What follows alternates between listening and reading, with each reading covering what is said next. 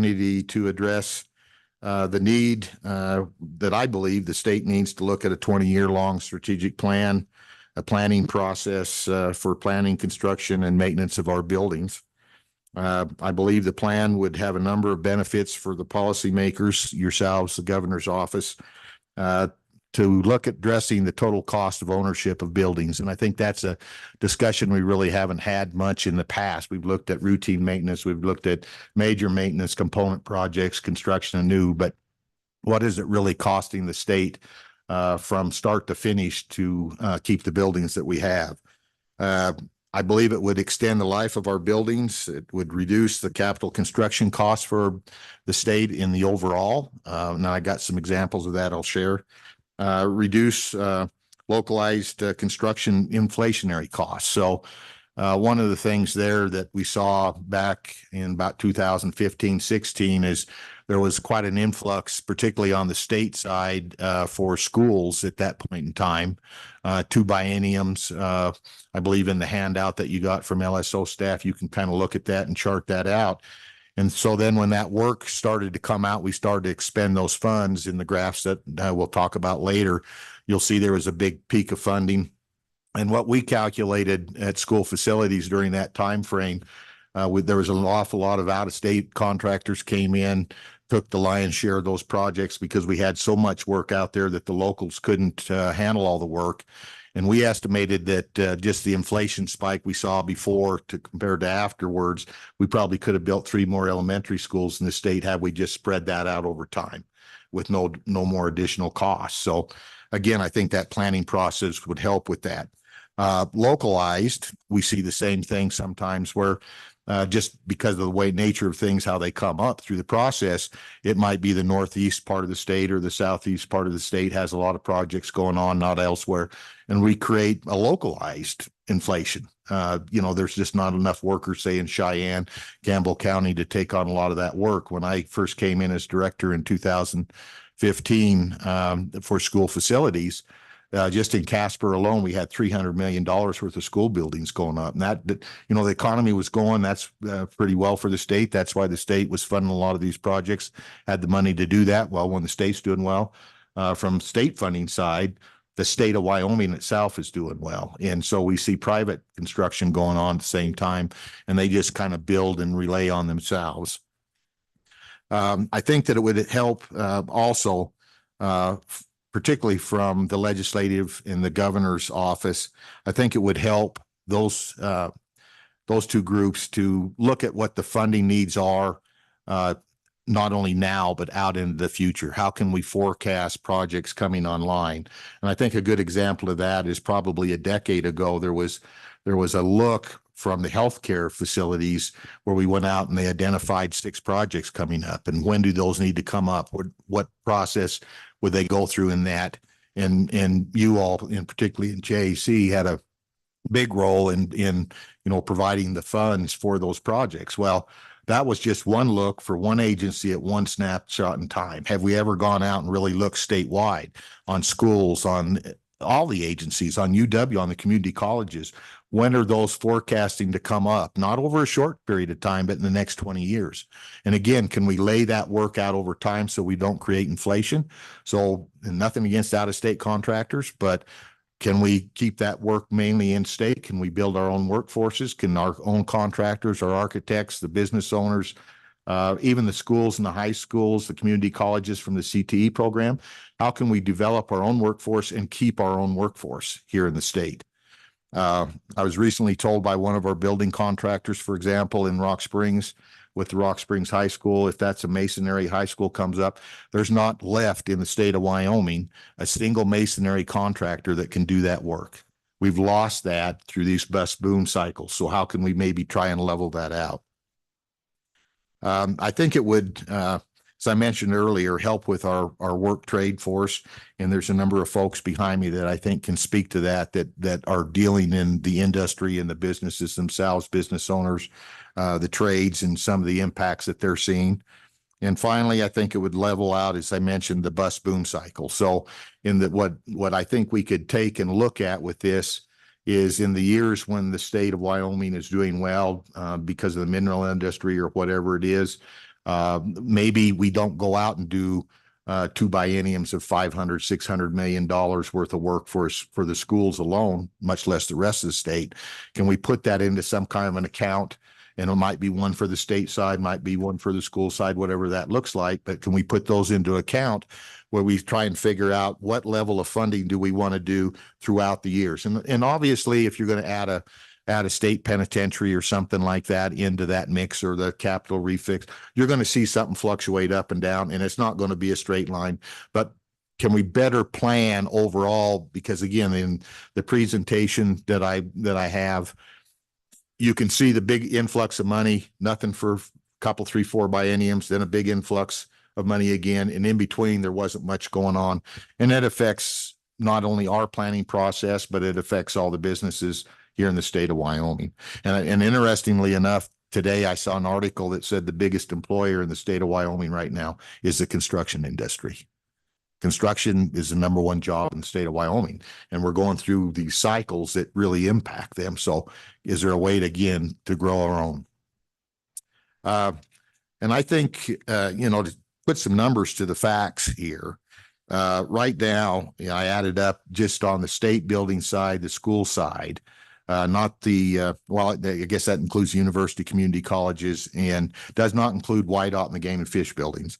We've got 43.43 million square feet of buildings in the state on our inventory. That's the ones that we supply major maintenance money to. And that doesn't include there's a lot of buildings, say the school districts have, that are their own teacherages, things like that do not get major maintenance, but they're still coming from funding through the state in one form or another.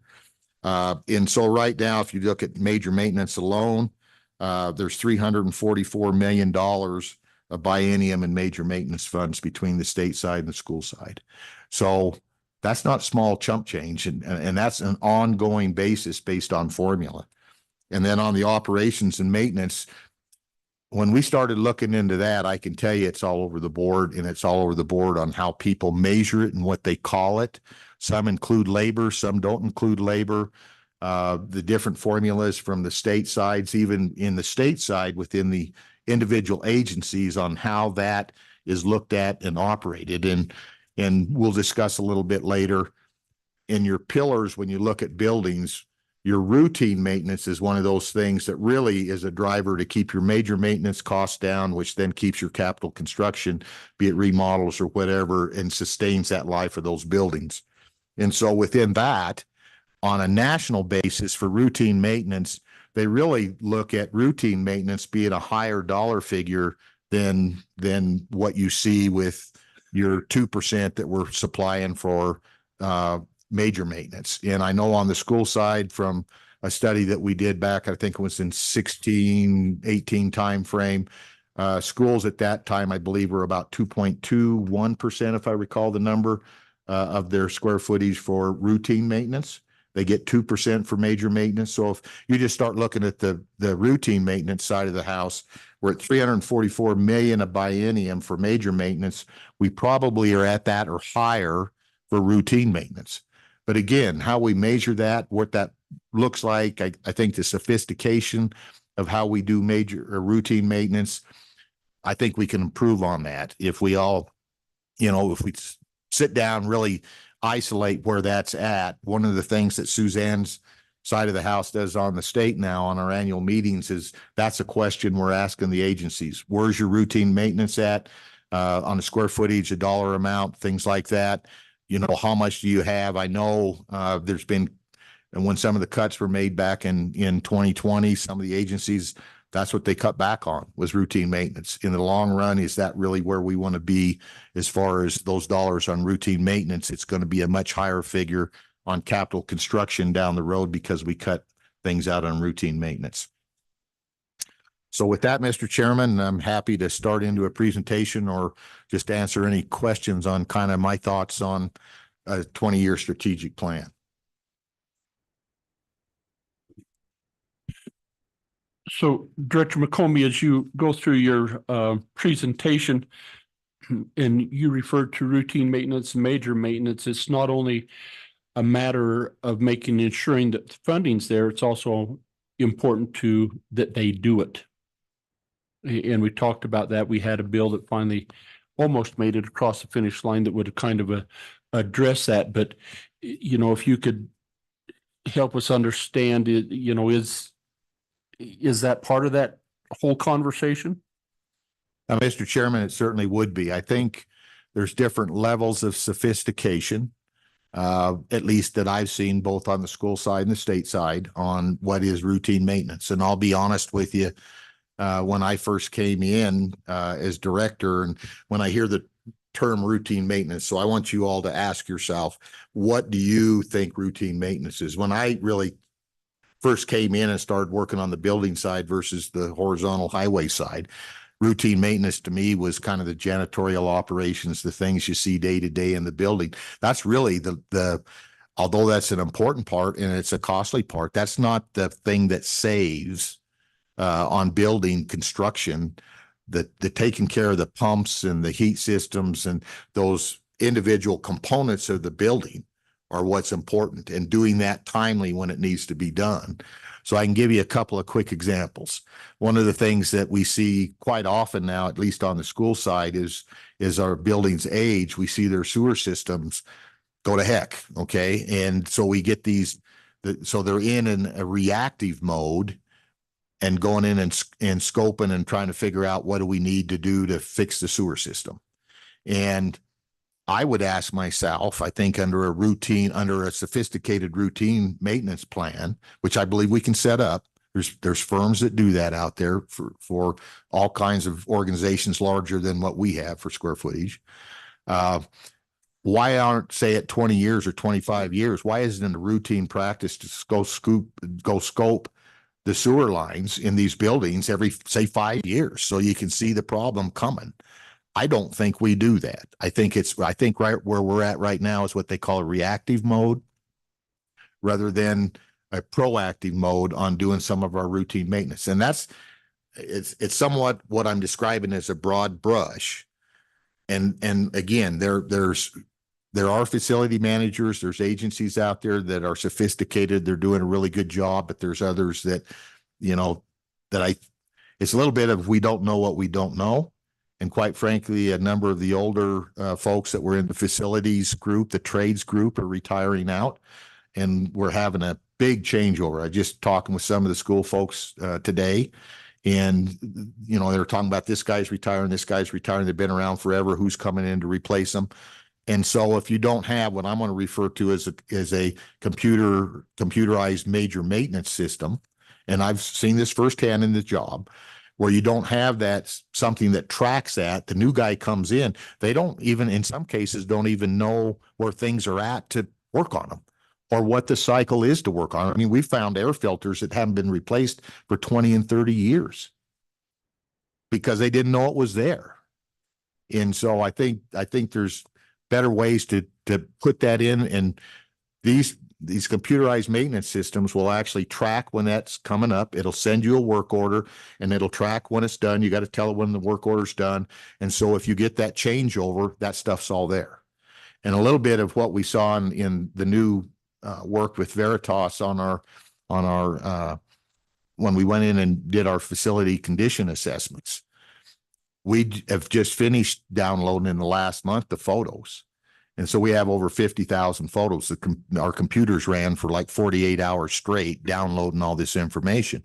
So every component in those school buildings, we have a picture of now. And it actually says this is such and such, and here's the serial number and everything else.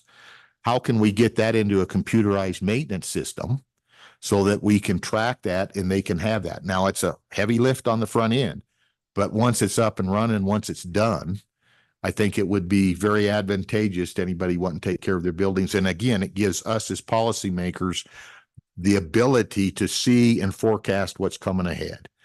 Again, I'll talk about it at the end with the Veritas study. But we have all this data now on these buildings, so we can forecast ahead, because it wasn't just looking at the individual component and saying whether it's good or bad or whatever. It was actually forecasting. This is a 17-year-old building. It's got the original roof. It has the original boilers. The roof times out at 20 years. The boilers time out at 23 based on the make and model.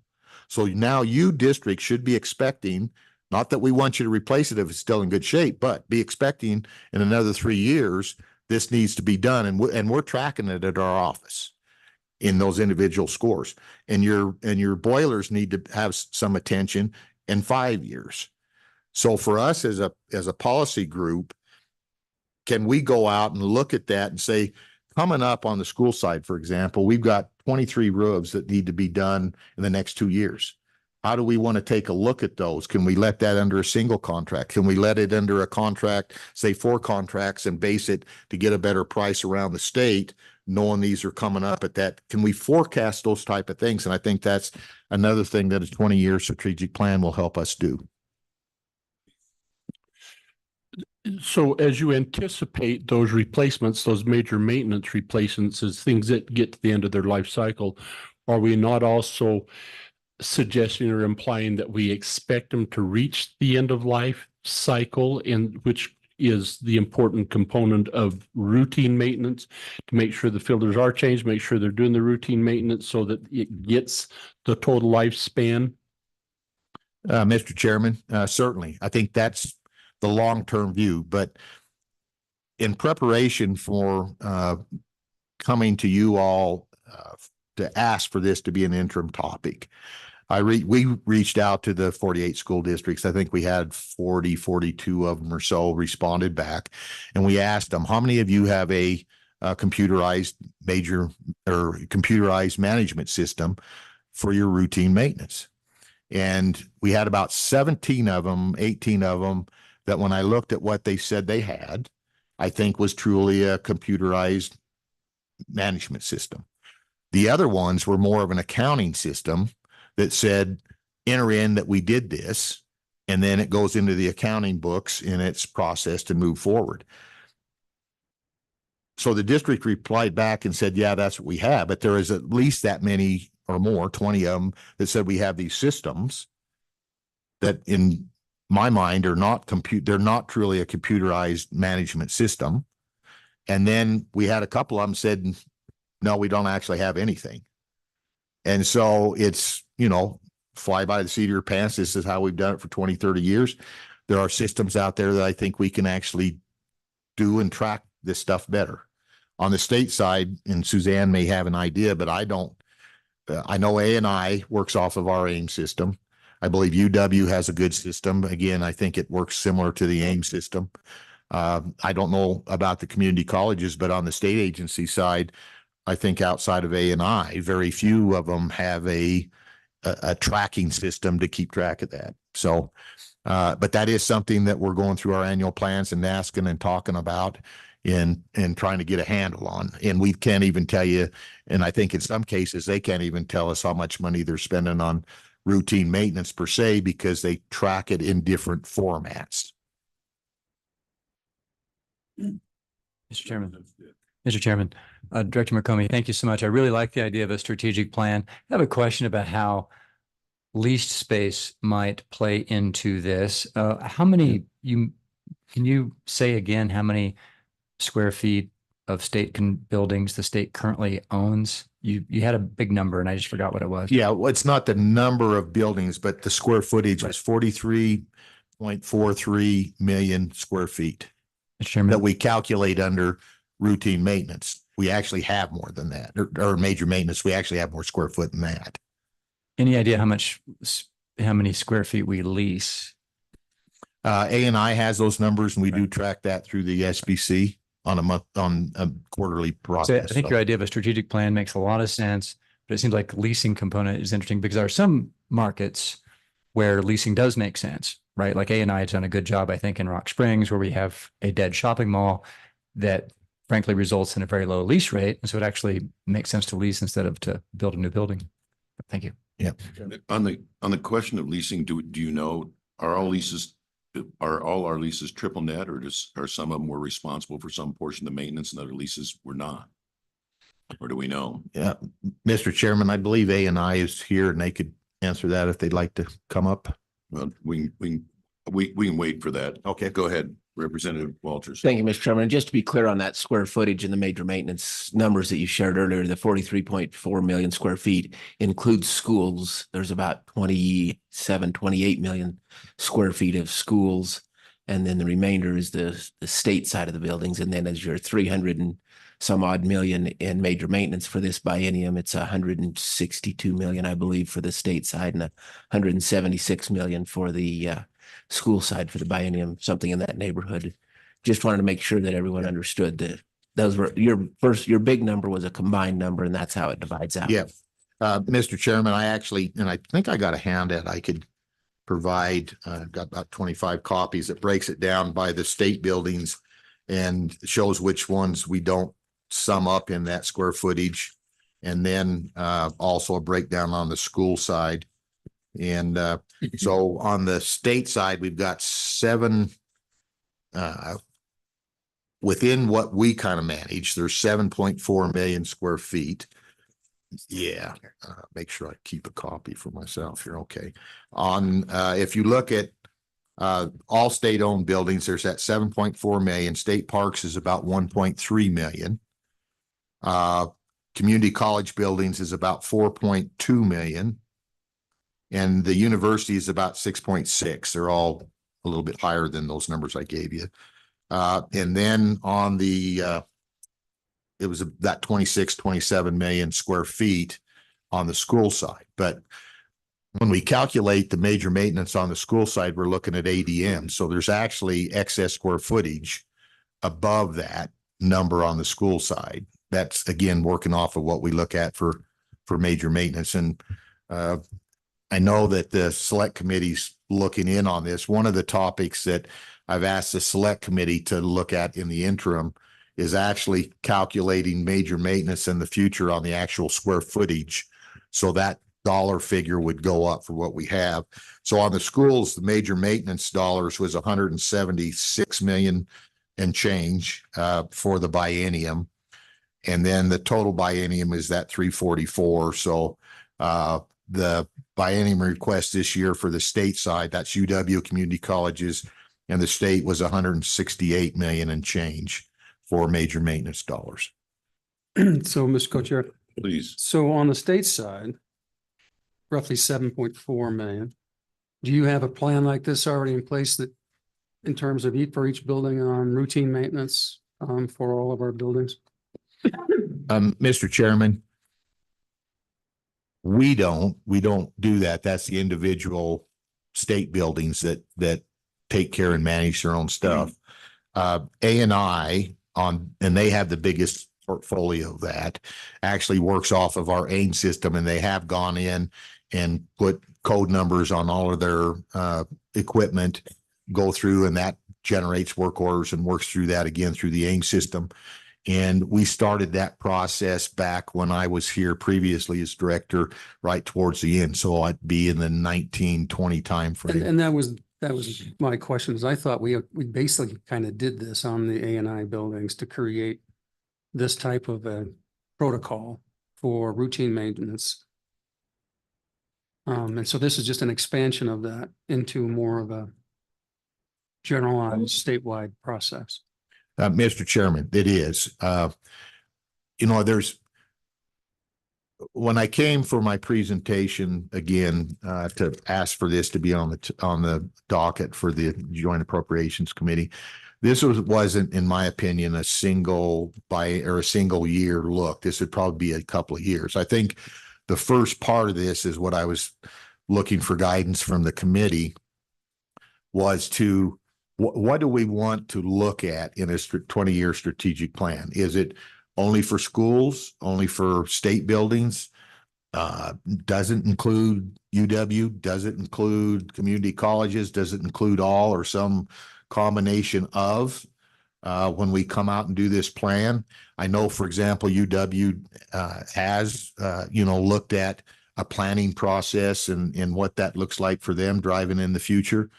And so I'm wanting feedback from you. Can we do a 20-year strategic plan? Yes, we can. I've reached out to some consultants that do this. I actually, when I retired my first time. I went to work for consultants that did this, and I helped them do some of these for different transportation and different organizations. I thought you were hunting.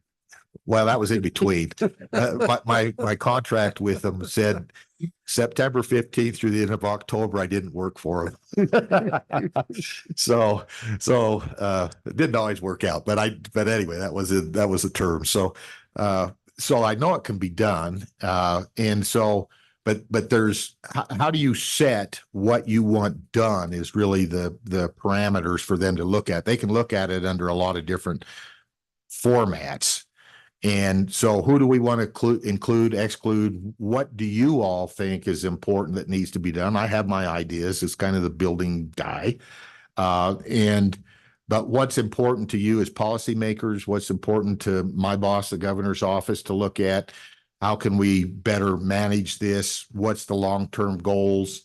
And then they can give us options within that. So it's pretty interesting conversation I had just last week with one of the consultants that for example, and again, it's in your packet, and I actually have some other handouts that go into more details on how many dollars per square foot you should have for routine maintenance or major maintenance, and if you're behind on those versus if you're caught up or it's a new building, things like that. And there are national reference guides on that. So do we want to try and make that equitable on routine maintenance, for example, amongst all the state agencies and the different groups, depending on a level of service? Routine maintenance is always predicated on a level of service. So if you can imagine, you need to do more routine maintenance on a hospital than you do on a warehouse. So there's different dollars per those two. So we would have to come through and determine level of service. Major maintenance is the same thing. What does major maintenance look like across the board? Previous studies that have been done for the state and for the schools shows it should be at about 2.25 for the building itself, another 0.25 for the exterior of the building, the parking lots and that sort of stuff. So we should probably be funding that based on a catch-up at about 2.5, 2.56. We're currently funding it at 2. That's what's in statute. On the school side, we try to look at that same thing on the state side. But one of the things they pointed out in a graph they were showing me that was kind of interesting was that, you don't really have to fund it at 2.5, and you don't have to fund routine maintenance at the suggested, say, 3% of your CRV value of those buildings. Because you could take another aspect of a look at that and say, maybe you want your buildings to last 50 years, or maybe we make the decision we want our buildings to last 75 years. And maybe at certain intervals, you would come in and you would do a remodel or whatever it may be. And so you wouldn't have to spend as much money on routine maintenance and major maintenance, because at whatever that interval is, you can come in and change out some of those boilers or things that have that certain life cycle. And rather than doing as much routine maintenance, you let them kind of degrade down deliberately to when you do your remodel, you take care of those bigger fixtures. So how do you work that is kind of the guidance, and I think the feedback that I would hope to get from a consultant on how that would look to fit, because I think schools would probably be different than what we would want for state buildings, things like that. Representative Larson and then Senator Anderson. So Director, with that, where you come in and renovate or upgrade, would you then re-age the building? As kind of a component we use in long-term care, but then you would re-age it because it's been upgraded and it's got a new life. Am I understanding that accurately? That's exactly right. And so I think the example to use there is the state capitol, built in the 1800s. We still have it around. We've done some remodels from time to time, and then we've come back and really done a refurbishing. And I think everybody hopes it's here another 100 years from now. So it comes down to how long do we want to keep those buildings? And if, again, I think you probably previewed my packet. You can see if, for example, we're at 3% on CRV value for major maintenance dollars, you almost don't age out a building. The percent of buildings that you're taking offline is like it's between 5 and 10%, even at 100-year life of that building. So how do we want that to look in the future? Now, the interesting thing that jogged my mind on the school side with that line of doing remodels, and why I would treat schools different than I would the state buildings. I don't think you probably need to come in and remodel offices, because we do a lot of the work in the same way we've done work over the years for decades. We got cubicles, we got office space, whatever, and we're working within that in an office environment. Whereas schools, how they teach, that environment is changing out. And if you have set in on the discussions with the schools, they are doing right now, using some of their major maintenance funds, what we call what they're terming midlife renovations. So on the school side, if we decided we wanted to stay at 2% rather than 2.56 and stay at the 2.2% on routine maintenance versus, and then come in at say 25-year increments or 30-year, pick your number, and do a remodel, we can catch back up on what we're looking at as far as how they teach in those buildings and how that changes over time on a bigger remodel. State buildings, probably not so much. School buildings might be able to, knock over a couple of stones at the same time as we're planning this process. Senator Anderson. Mr. Chairman, in honor of the King of Weeds, I'll ask these questions before he does. Of that 19 million square foot that you have, how many are cement, how many are wood, and how many are carpet? And would you please give us the color of all the rooms, please? I think that'll take care of his questions. Actually, Mr. Chairman, in our Veritas database, and we're going out to do that for the state side, we can answer that question. Yes, with a picture. Well, there you go. You got it. Representative Larson. So, Mr. Chairman, if this is a conversation we have in front of this committee all the time, is how much do we appropriate for the maintenance and improvement on these buildings? And all of the buildings that Director McComey refers to use general funds as at least a component of this. And so I guess my question, I think I heard him ask for direction. And my question then back to the two chairmen is doesn't it seem reasonable that we would expect them to look at all of these buildings as they move forward in this process? Or what's your guide? That's my inclination. I don't know where Co-Chair Nicholas is, but I think that this is the kind of function that I think is best centralized. Not just tracking the major maintenance, but just making sure it gets done. I mean, you can have all kinds of programs and you find out nobody's changed the HVAC filter for 3 years, that kind of thing. Centralizing it, I had to do it for my dad at Minimart. I had to work on it at the city of Sheridan, bring these outside consultants that inventory all your assets, age them, project their lifespan, start putting budgets together, start scheduling what work needs to happen and when. You adjust it as you go, but if you're doing that effort, you just as well do it for all buildings, I would think. That's me. So to me, the question isn't if, it's when. And where is the greatest need to do it first? And probably to get a mechanism in place. What's the most efficient way to do it? I mean, do we hire a Veritas to do all state buildings? But I don't think we need to do UW. For now, but they're already doing it. And find out what's being done at the respective community colleges. But you could also use all the state buildings that you have, and A&I have basically responsibilities for as your litmus test, and just go do it for all of those buildings. And just put together a budget, but half of that's probably done already, just through what we've done and what you've done and what we initiated 5, 6 years ago, at least the roadmap. Yes, Mr. Chairman, I think that once we get the facility condition assessment done on the state side for the state schools, I have had a conversation with UW. I think they may be interested in piggybacking onto ours so they can get their buildings assessed and have that level of detail that we currently have in what we have on the school side. I have not spoken with the community colleges, but I plan to do that and see if they want to piggyback it on. But once we have that study done and we want to go out this year and get that done, then I think we'll have much of the data that we need.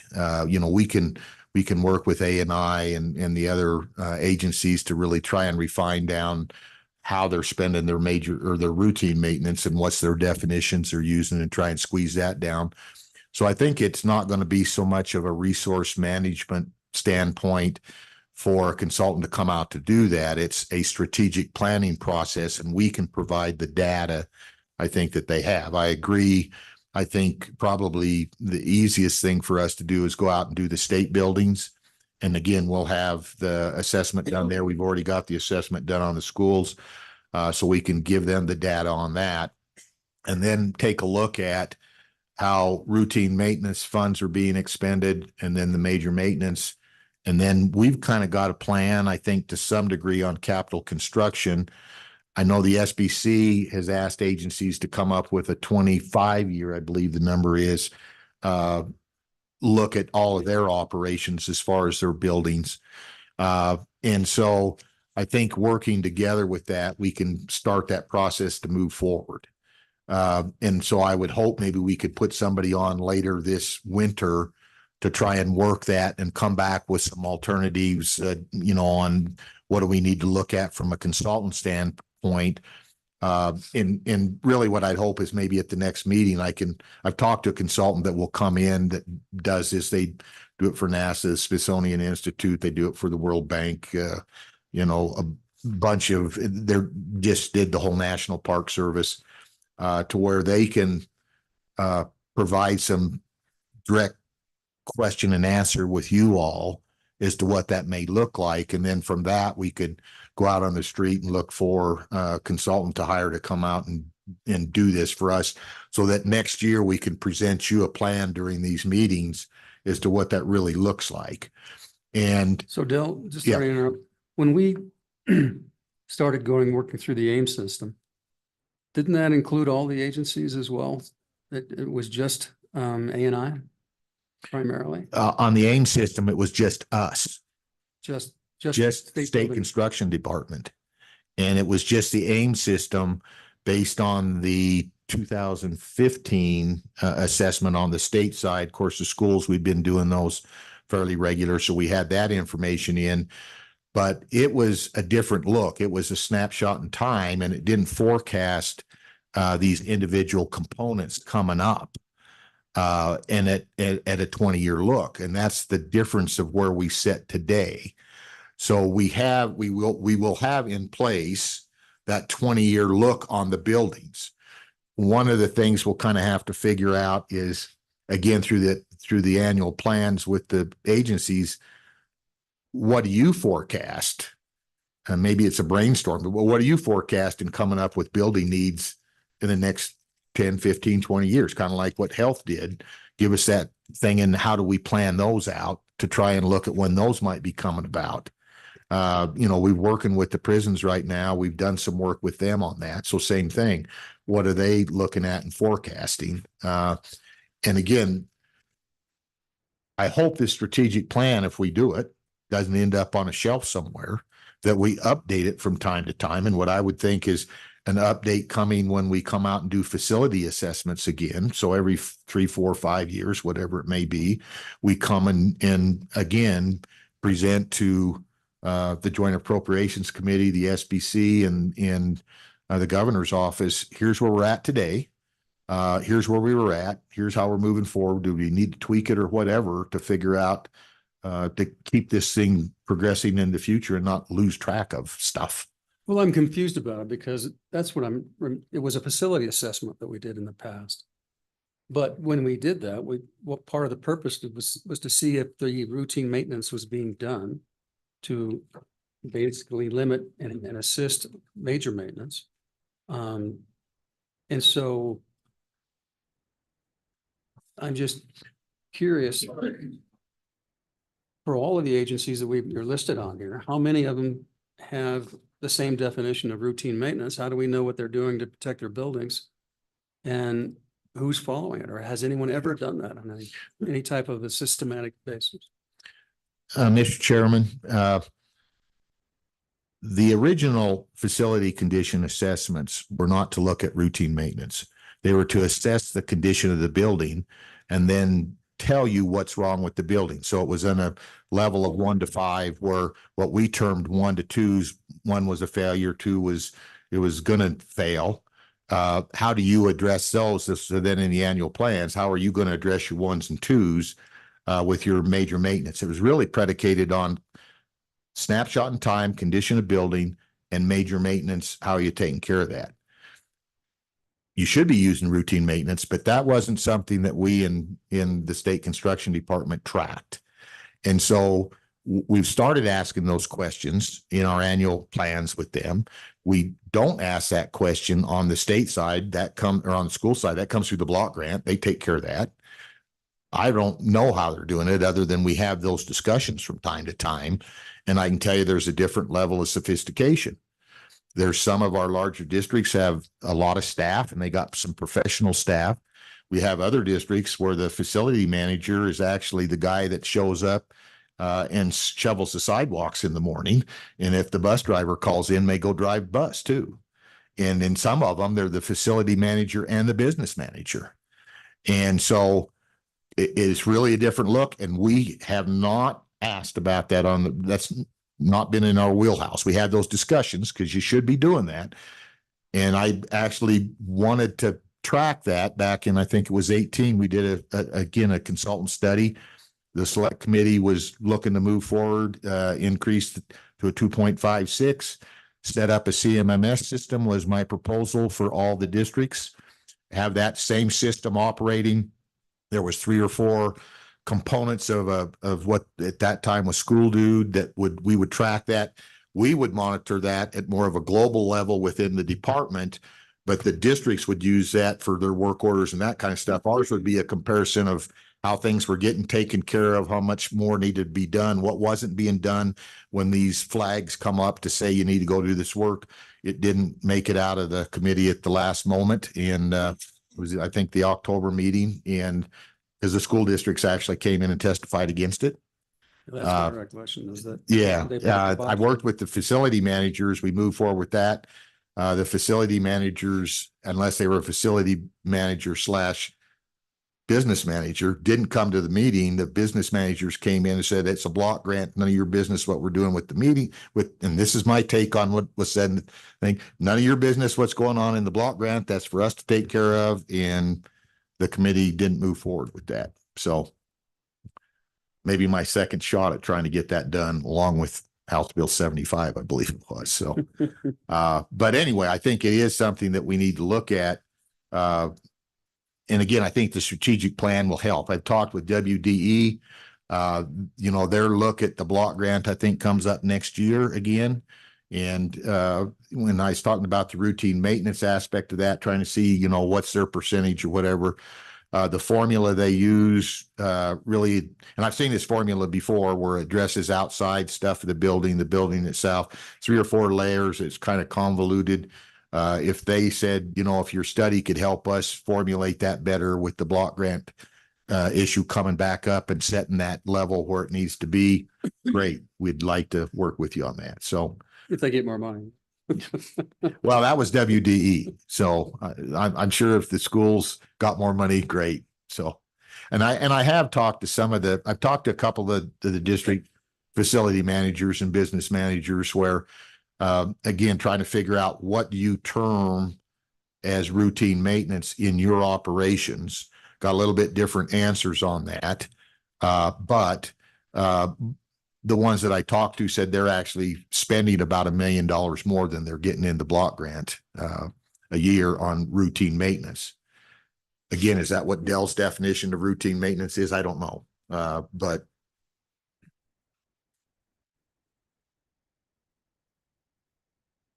So what's your next step then?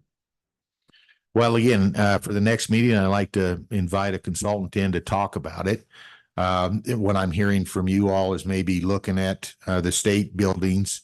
And A&I, of course, is the biggest holder of those, and they're fairly sophisticated on what they are doing with routine maintenance.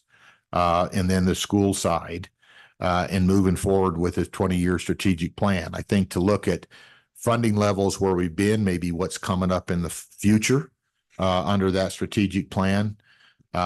Take a look at routine maintenance and have some dialogue with you all and the select committee on what's the proper amount to be funded at from a national average and what we see in through the study on routine maintenance. Where should we be at major maintenance? And then there are different options within that funding that might fit different scenarios that I talked about earlier on schools versus, say, state buildings, and try and put together a plan, dialogue back and forth, state building commission to various agencies as to what that would look like in the future, and then try and set something up through our annual meetings with the schools and the state building folks to say, here's where we're headed. Here's where we need to be. If we need to request more funding on, say, agency A through the joint appropriations process for them, I certainly come to the table with them to talk about that when they come before you. Maybe some of them we don't need to. School side, again, don't know exactly where they're at in that from the previous studies. But again, one of the things for routine maintenance, for example, we are going to put on some seminars on what does a routine maintenance plan look like. I'm going to invite anybody that gets state dollars for their buildings, community colleges, the schools, UW. First one will be a day-long seminar on what does a plan look like, how do you set a plan up, and then record that. So for posterity, when somebody changes out or a district or an agency wants to say, well, what did they say? How do we set up a plan? What should a plan look like? They can go back and look at that, review that, just like you can on the meeting we're having today. And then after that, some 1 hour, 2 hour short-term for, say, the facility manager and the guy above him, maybe say the superintendent for the school. Why is that important? Then maybe the facility manager and his head person below him, and then all the way down through some of the folks that are doing the work. Just 1 hour seminars, and those would all be video. They can just get online and again record those, and we'll put them on the website for SCD so they can go back and look at that. And so I think, there's a lot of balls to juggle at the same time, but again, I'm kind of excited to go out and try and do this. Again, talking to the consultants, nobody's done it at a state level that they're aware of. They've done it for individual agencies within states. They've done it at some pretty big organizations like the Park Service and stuff. And they do the routine maintenance training. Actually, in some cases, GAO on the one firm has just hired them to do this training stuff. So I think we can take lessons learned from them to set up programs in the future. But I think there's a lot to be done. It's going to be a lot of work, but I think in the end of that, I think it will be very beneficial and provide some we'll be able to maintain our buildings and reduce our costs overall. The total cost of ownership, I think, is at the end of this. Where are we at and what's that cost? So general understanding is you're understaffed, not overstaffed. In order to do this, what do you envision? Well, I think right now, utilizing consultants till we see where this comes out. And depending on how that comes out, if we need a person or persons, I don't know. One of the things I've been tossing around in preparation for this meeting and just this discussion is maybe perhaps somebody at the school side, the SFD side, a project manager. We have a number of them right now and they're managing projects. But what if we had a project manager that actually was responsible to travel the state and help the school districts that need help? And there are, we get calls all the time. How do we put this together? How do we Do you know who's a consultant for roofs? How do we look at this or that? That somebody could go out and help these districts throughout the state work on routine maintenance and work on major maintenance. That's his sole job, not managing projects, but a project manager that can come out and help them become more efficient in this process. So that might be an individual ask there. On the state side, again, A&I is responsible for an awful lot of the square footage of the buildings. I'd leave it to them. We'd be a resource to help them depending on how this comes out. But, you know, I'm not bashful to ask for more people if I need them. When I took over as director, I cut a number of positions because I felt we had more people at the time than we needed.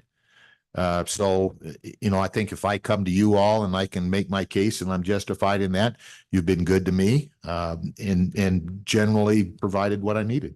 So in terms of retaining a consultant, do you have estimates of how much that will be in terms of if we just do the state side, or what's your? At this point in time, I don't have estimates. That would be my ask coming to you all this year, is in the budget that I put something in there to hire a consultant to do a strategic plan. I don't know what that is right now because the dialogue we just had. Would that include community colleges, UW?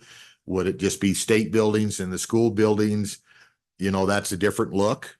I would certainly offer up to the community colleges and UW, if they want to be part of this, then come to me, and, you know, we can have that discussion and we can make you part of it or not, to move forward and look at that. Again, I think UW is fairly sophisticated on where they're at, in some of their visioning that they've already done here recently. And so it might not be as big a lift for the consultant to take their data because they got some of that done.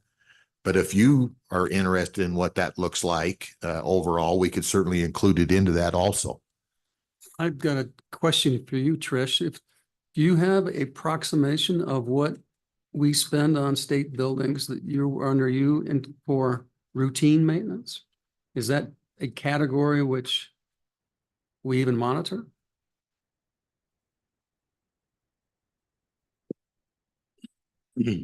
So, and I asked that question in part because the whole concept of this is ultimately to save money and to have certain things cost less. If we spend less now, but more, but less later. What are we spending now? And so what does it mean to even implement something like this? Chairman Kinski, Co-Chair Nicholas, we don't have that number here today, but we can get it for you. And I apologize. I did not expect that question. So what we can do is work with Dell and get that number for you. Yeah, Mr. Chairman. Yes, please, Representative Larson. And perhaps, Dell, as you're working with Director Balk, maybe reach out to Director Johansson, Director Shannon, see what they're doing on the health and corrections in DFS on theirs. And because I think when we redone the State Hospital Life Resource Center, we implemented kind of a routine maintenance program and stuff there. So that might see what they've got there as well. Thank you. Representative Stitt. Mr. Chairman, so for Director McComey, had a question on the handout. You've got a slide that's called conclusions and recommendations, and then there's a multicolored graph, which is the next page. And if I looking through the tea leaves here, it sounds like you're saying if you spent 3% on maintenance, then you get a much, much greater extended life for your building, is what it looks like, big picture. But then to hear you talk, it sounds like you're not really drawing conclusions and making recommendations today, or are you? I just walk us through those two slides if you don't mind. Okay, thank you, Mr. Chairman. My feel is, and this is my feel as director for the state construction department, is we probably should be funding both the school side and the state buildings at 2.56. We currently fund them at 2%. What we found through previous studies, so a lot of these slides actually came out of studies that were done back in the 16 and 18 timeframe, and I stole them. They were on schools only, and I stole them out of that slide. You're talking about major maintenance. Major maintenance, yes, not routine maintenance. This is all major maintenance. So again, if you look at those curves, what we found through that study, and the reason that there's a weird number in there. It's 1.6. What we found on the school side, when the consultant dove into the data through the AIM system on where we're spending our major maintenance in the component side, we're funding at 2%, but only 1.6% of that was actually hitting the building. The other 0.4 or 20% of that was hitting things outside the building, the parking lots, the sidewalks, the football fields, things like that. And so again, so if you look at that number on our current funding, on only a 30-year life of the buildings, you're replacing 70% of those school buildings. 70% of this is all 450 educational buildings. We're replacing at 30 years, 70% of them at that level of funding. So what the consultant came back and said, we should be at 2.25, which is on that graph. That's the green line. If we want a 50 or a 75, we looked at both of those. At 50 and 75, where would we be? And the 2.25 predicated to the building and the other 0.25 predicated to the outside. Now, keep in mind, we carve out 10%, and it's recently changed, but for quite a few years, we carved out 10% of the major maintenance went to security. 10% could be spent on enhancements.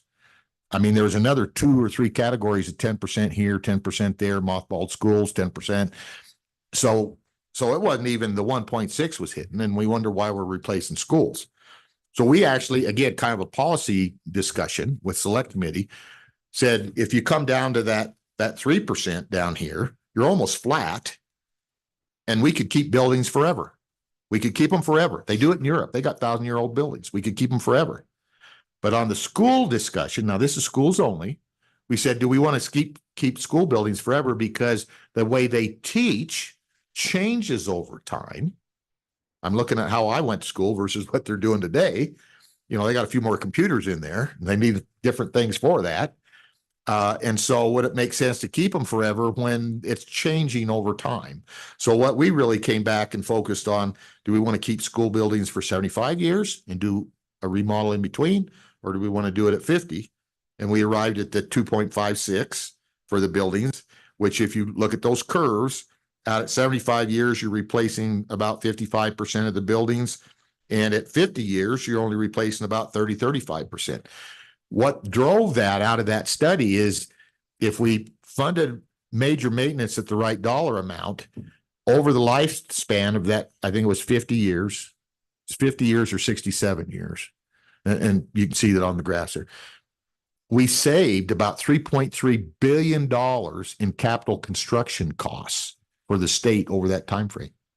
So the front part of this is really my old history with YDOT, where the car's on the road, and it's the FRAM ad. Do you want to pay me a little bit now, or do you want to pay me a whole lot later because we didn't change the oil in the car? Now we got to buy a new engine.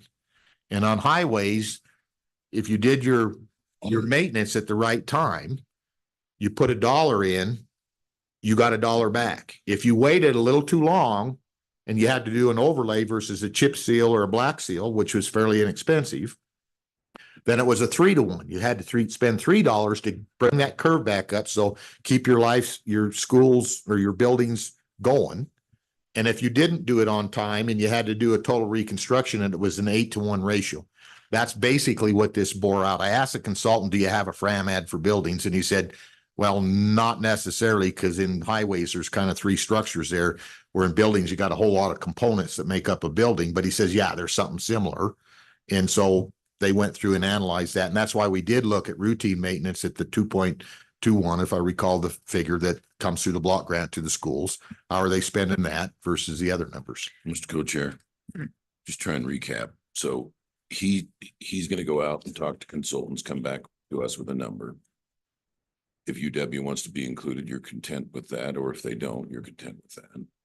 The A&I buildings, state buildings, it sounds like the schools want to be in. We want them to be. We want them to be in. So it'd be schools, state buildings, and what A&I's got already. That'd be kind of your core model. Is there anything else that you want to, and then the community colleges, he can ask them if they want to be in or out. You might get 7 different answers. Yeah. how do you feel about the community colleges want to be excluded? Well, I think, and particularly some of them are more important than other, but much more important than others because they have less dollars. And so I would say they need to be included. I'm also curious if the Veritas study ought to be able to facilitate that as part of it. So you don't have to go, I mean, they could go a long way to get that done without reinventing the wheel. I'm wondering. Yeah, I think so. Particularly if we come out on the state side and we do the study similar to what Veritas did. One of the things that I would add to that contract is because they come out and they meet with each of the entities and go through look at their budget and their bill, they walk the buildings, is tell us where you're spending your routine maintenance and how many dollars you have for routine maintenance and what's your definition. I would add that in for this new study coming up on the state side also. So we have a better look at that. But in essence, then develop a universal definition of. routine. Yes. Yep. Mr. Co-Chair, Please, Senator Nethercutt. recognizing that this kind of 2.5% recommendation for maintenance came 6-8 years ago, approximately from that report. I'm hearing that we did actually consider that and it failed twice. Is that your recollection, Director or colleagues? I'd say it's failed more than that. The problem has always been, where's the money going to come from? Yeah, exactly. Then we end up paying it on the back end. No, Mr. Co-Chairman, I don't disagree and I understand what and why we're doing it. I think it's prudent. But what's going to be different now, which is really a question to us, quite frankly, but as we continue to work on this and have the director work on it, as has been worked on for 8 years, what are we going to do differently to have a different outcome? I guess I always hesitate to predict what a legislative body will do or any committee, but I think what would make it different this time is in the past, we were given a rule of thumb 2.5 or 2 or 2.6. And this time around, we're going to have, comprehensive study and data that backs up that figure. So doesn't mean we won't still vote just 2, but it won't be for lack of really understanding what the process is and the underlying principles and the data, I would guess. Well, I would agree that hopefully we'll find the money, but also on a block grant basis that we can allocate. You will spend it and you will report to us, because that's what we talked about back in 2018, to make sure that the routine maintenance is getting done, and you penalize in one way or another if they don't do it. But that's a reporting requirement. And it would be for all state buildings, and to make sure that it's being done. And then our promise, if we can make one, is that we'll try to fund it to make sure you get it done. Yeah, I think I've having attempted this and then gone out and actually done some of this for other states and state entities. I think that truly the difference is the 20-year strategic plan. Because when we went out and did this for other state DOTs, I was involved with Minnesota DOT, Oregon DOT, Virginia DOT. They're currently doing this for YDOT right now. They were at the same place that we are. They're data rich. They kind of have different degrees of sophistication. And so what they looked at was they will come back and say, you need more people because there's models out there. Again, if you look at level of service, how many janitors do you need? How many, all that kind of, they'll provide us that data. And so in the past, we've been kind of looking at this snapshot in time. We've been looking at budgets and what's the state's fiscal need.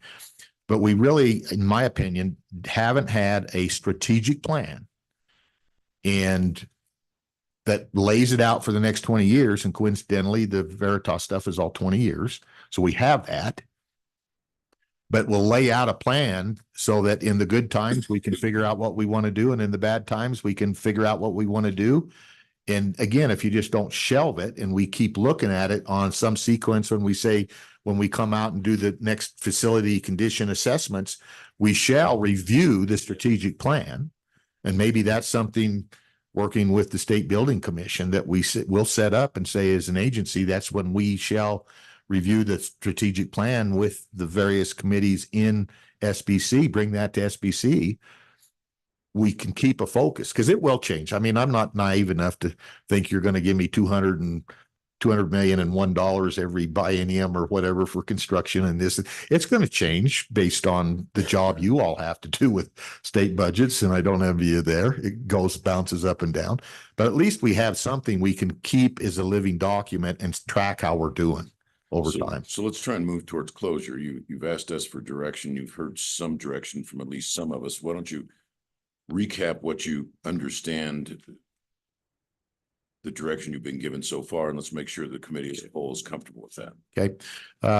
I guess looking at who we would incorporate into the strategic plan would be certainly the state buildings, particularly working with A&I, looking at school facilities throughout the state. I would communicate with UW and the community colleges to see if they would like to come into this plan at this point in time. We would move forward with a facility condition assessment on the state buildings. Take that data. We would continue to look at the information that we're deriving right now on our annual plans with the state side on routine maintenance.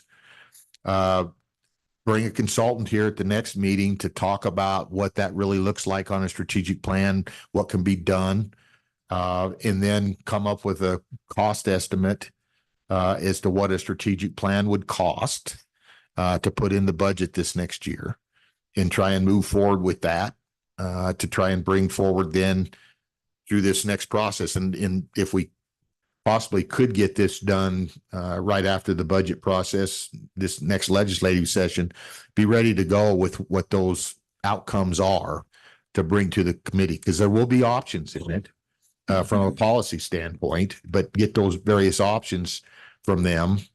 And I'd like to work with, meantime, if they start this process, to keep you as to where we're going and maybe look at different options so we can narrow that down to a couple of options, then get guidance next year as to where we need to go. Okay, Mr. Co-Chair, committee members, is that a fair recap of the direction that you want him to go when he comes back and reports to us? Perfect. Excellent. Okay. Excellent. Anything else for Mr. McComey before we close out? Don't forget Anyone? those square footages of those colors. Yeah. Carpet colors, carpet samples. Anything else? Well, if not, then thank you. Thanks, Dell, very much. Thank you. Greatly appreciate your work and your efforts as always. And so what the next order of business is typically we have staff recap any requests we've made of them. Oh, public comment on the construction. Sure. Public comment on, please.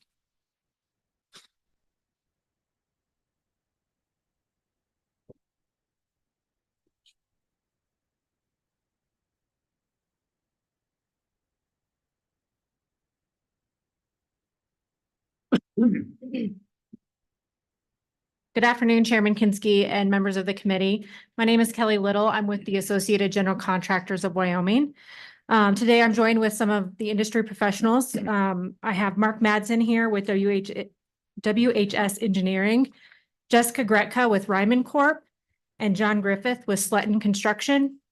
And we are here today to speak in support of the long-term planning efforts for the state construction department. Our members strive to be good partners with the state in the ongoing construction and upkeep of the state's facilities.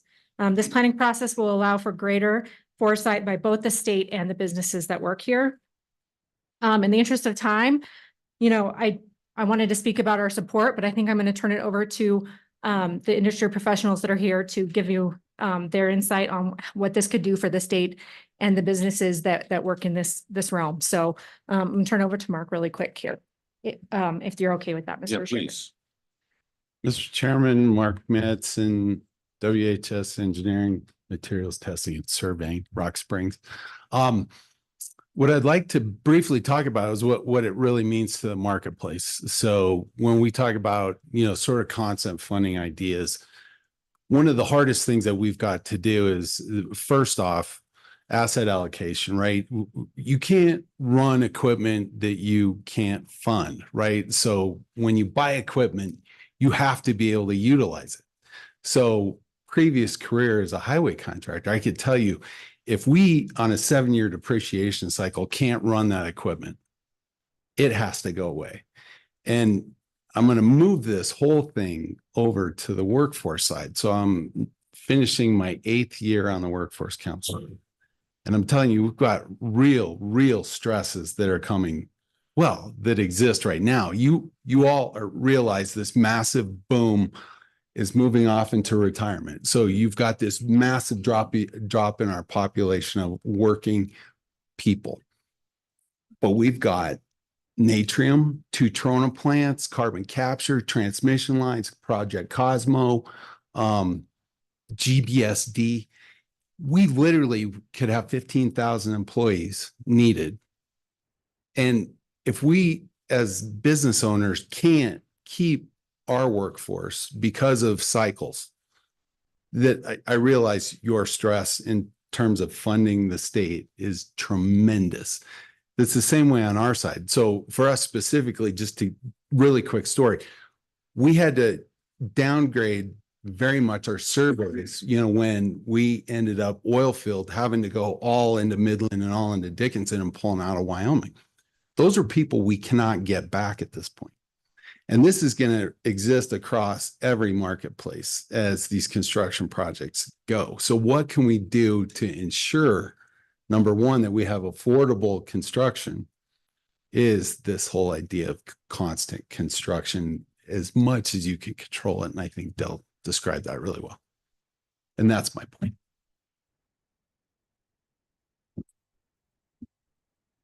Mr. Chairman, like Kelly mentioned, Jessica Gretka with Ryman Corp.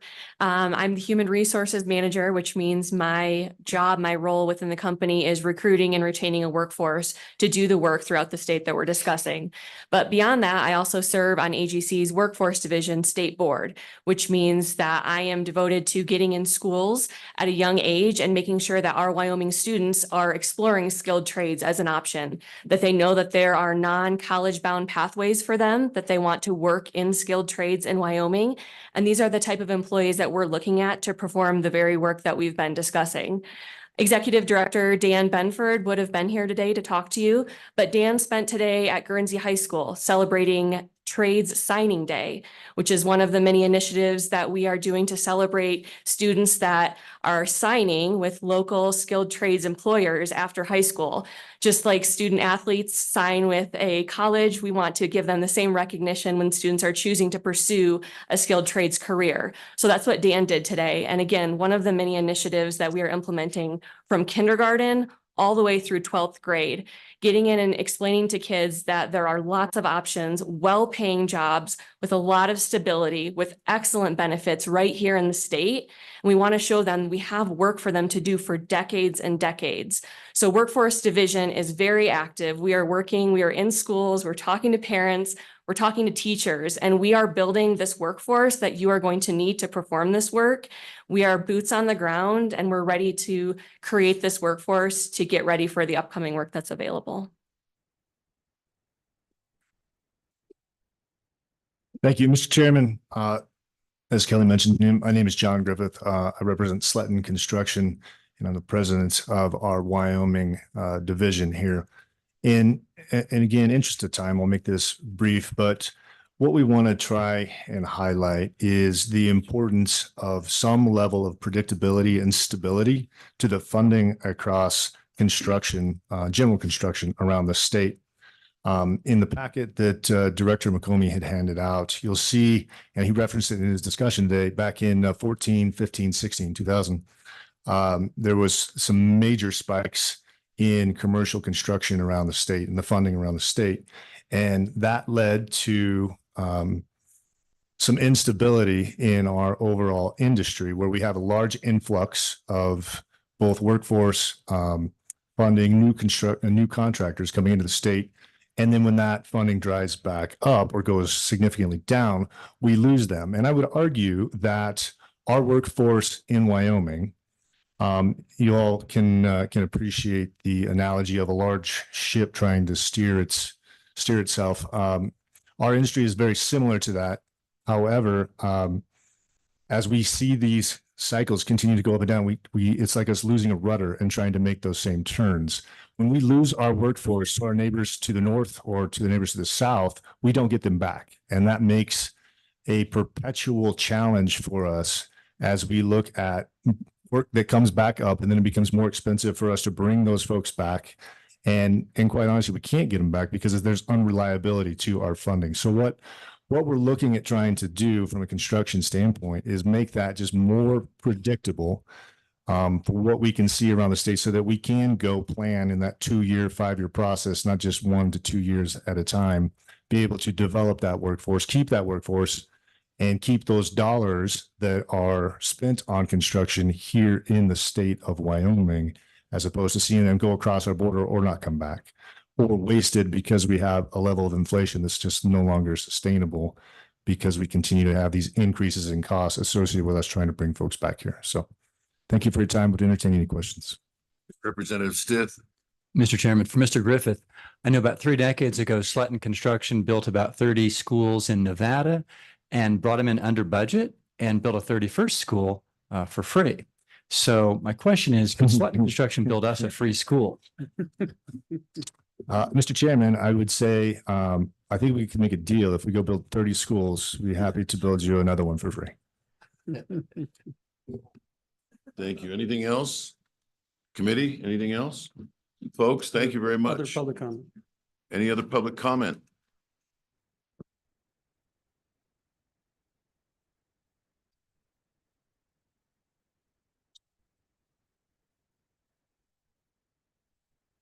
Welcome. Mr. Chairman, thank you for your time. I'm Jessie Defoe with the Wyoming Construction Coalition. Here with me today, I have Heidi Peterson, their Executive Director, and also with Grothaus Construction, we have Ray McElwee. I always try to say his name right. But what we wanted to today, just to share very briefly, again, knowing it's end of day, just how important this is to construction. And so Ray, go ahead. Oh, great. Mr. Chairman, my name is Ray McElwee. I'm with Roadhouse. And, we've been in Wyoming. We're celebrating our 70th year this year. And we've worked through the ups and downs of our construction economy throughout the state. So we really appreciate the efforts of Director Comey helping to stabilize the amount of funding that we see on an annual basis. One point I would make a little different than the others. Also, we have been expanding and benefiting from the construction management degree program here at the university. And so those kids are Wyoming kids. They want to stay in the state. They come out and they would like to have that opportunity. So stabilizing the construction funding would also allow that to continue. So appreciate your time. Thank you. And just one closing comment too. I mean, this is really a chance to be visionary for Wyoming. And that's what we want you to think about when the consultants come back with opportunities and what this is and this type of leadership, and knowing that whatever those decisions are, and if they may be different than previous attempts, as industry, we're here to help support that. And if there are certain ways we can do that, we want to know. All right. Anything for the panel, committee? Committee? So before we're off this topic, Ms. DeVoe has one other thing she wants to share with us or pass out. Can you let us know what that is, since we're done with the construction side? Sure. Since we're done with that, Mr. Chairman, thank you for the opportunity. One other piece of item that you'll be receiving today, probably before you leave, and I also have copies with me, is an update from the Wyoming Lottery Corporation. And so they have a recent purchase of a building, not using any state dollars. But if you have any questions about that information that's there, I'm happy to answer that. I'll be around later this evening and tomorrow. Please come find me, and I'm happy to entertain any of those as well. Thank you. Was that building part of the strategic plan? That's part It of their was. strategic plan. It was. Well, thank you very much. Thank you, panel. Appreciate it. Perfect. Thank you. Heidi, it's good to see you. All right, any further public comment? Any further public comment? Comments closed. That's the end of the agenda. Don't we usually go to Dawn for a recap of work items and questions and that sort of thing? Administrative detail. Chairman, Kinski, just for a brief recap, you directed or asked the Attorney General's office through the Gaming Commission to provide you options for definition on bona fide social relationship, and they were going to provide those options. You asked a number of questions, which I will not delineate in totality of the Gaming Commission, but essentially these are data requests in more specificity on the funding flows, and the recipients of various awards. Next, you looked at the ETS, and Director Hibbard in particular provided you a proposal for future budget requests. I don't think it was discussed during the presentation, but I believe, as I understand, the proposal was for the 2027-2028 budget, not the supplemental. But in order to do that, it's unlikely to require legislation. Nonetheless, if you want legislation, you could put it in legislation. If you support that proposal, you could just direct that as well, either as a pilot program or something ongoing. You also heard from the Department of Enterprise Technology and the Governor's Office, and they will or have been asked to return to discuss the development of their governance structure and staffing within the agency.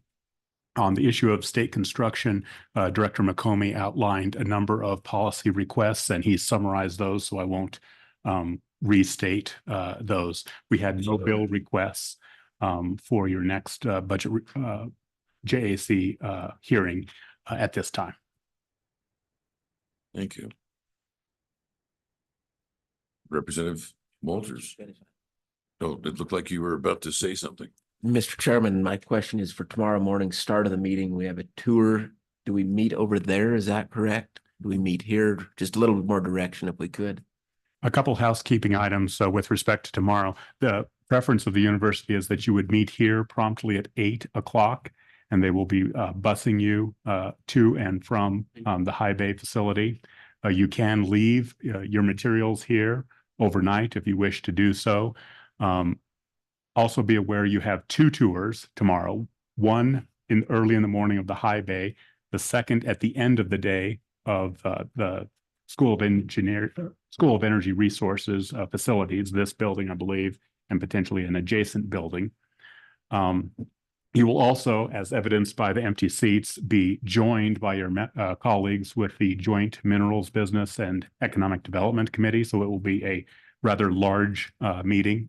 You will also, according to the agenda, be meeting through lunch. So the university will be providing lunch.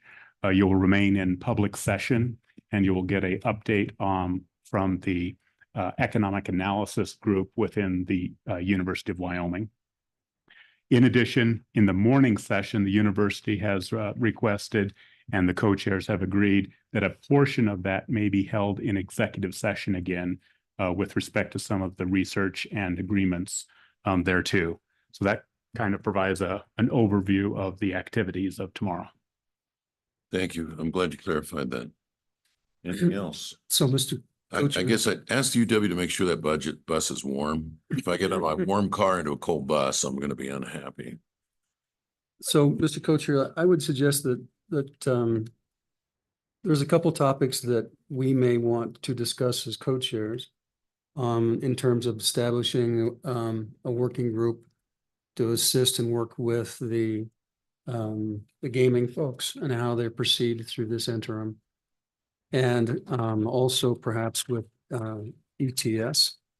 So what I think that you and I can discuss those in the morning and kind of round those out, and so we don't have to kind of pan our way through it this evening.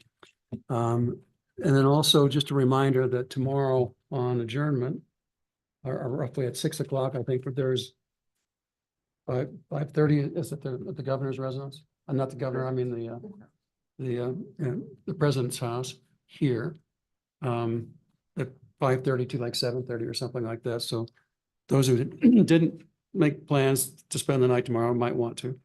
And I think that's, so I don't think, I think it would be more efficient if you and I get together in the morning and talk about our our working groups and how we want to divide that up and get then feedback from you guys in the morning. That was gaming, and what was the other working group? ETS. Okay. Okay, that's Anything all that else? I am. Nothing else, then we're adjourned. Everybody have a wonderful evening and see you on a warm bus in the morning.